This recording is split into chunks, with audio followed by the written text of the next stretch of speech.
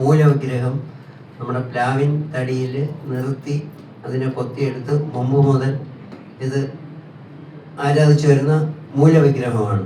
അത് പ്ലാവിൻ തടിയിലാണ്. അതിലാണ് മുമ്പേ മുഴുക്കാപ്പ് ചാർത്തിക്കൊണ്ടിരുന്നത്. ഇപ്പോൾ അത് തങ്ക അങ്കി നിർമ്മിച്ച് അതിനെ നിർമ്മിച്ചിരിക്കുകയാണ്. അതിനകത്ത് പ്രത്യേക ഇപ്പം അഭിഷേകമൊന്നുമില്ല. അതിൻ്റെ രണ്ടാമത്തെ വിഗ്രഹം എന്ന് പറയുന്നത് പഞ്ചലോകത്തിൽ തീർത്ത അഭിഷേക വിഗ്രഹമാണ്. അതിനകത്താണ് എല്ലാ അഭിഷേകങ്ങളും നടക്കുന്നത്. മൂന്നാമത്തേതെന്ന് പറഞ്ഞാൽ ശ്രീബലി വിഗ്രഹമാണ്. അത് വെളിയിൽ തീർത്തതാണ്. അത് ശ്രീബലിക്കും മറ്റും പുറത്ത് ഉപയോഗിക്കുന്നതാണ് ഈ വിഗ്രഹം. ഇങ്ങനെ 3 വിഗ്രഹങ്ങളുണ്ട്. അത് ഈ ദാരുവിഗ്രഹം എന്ന് പറയുന്നത് ആറ്റുകാലിൽ നിന്ന് തന്നെ ഉള്ള ഒരു പ്ലാവിൻ തടിയിലാണ് വളരെ പണ്ട്, വളരെ പ്രാചീന കാലം മുതൽ വെച്ച് ആരാധിക്കുന്ന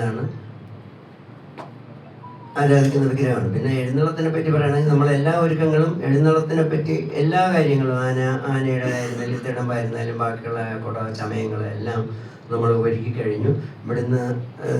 ഇവിടുന്ന് ഇത് പോയി കഴിഞ്ഞാൽ മണക്കാട് ശാസ്താവ് ദേവിയുടെ സഹോദരൻ എന്നാണ് ഐതിഹ്യങ്ങളിൽ പറയുന്നത്. അത് അവിടെ ചെന്ന് ആന പുറത്ത് എഴുന്നള്ളി അവിടെ ചെന്ന് ഇറക്കി പൂജയ്ക്ക് ശേഷം തിരിച്ച് എഴുന്നള്ളി ഇവിടെ വന്ന് ദേവിയെ അകത്ത് എഴുന്നള്ളിച്ച് രാത്രി കാപ്പഴിച്ച് അതിനുശേഷം കുരുതി തർപ്പണത്തോടുകൂടി ചടങ്ങ് അവസാനിക്കും.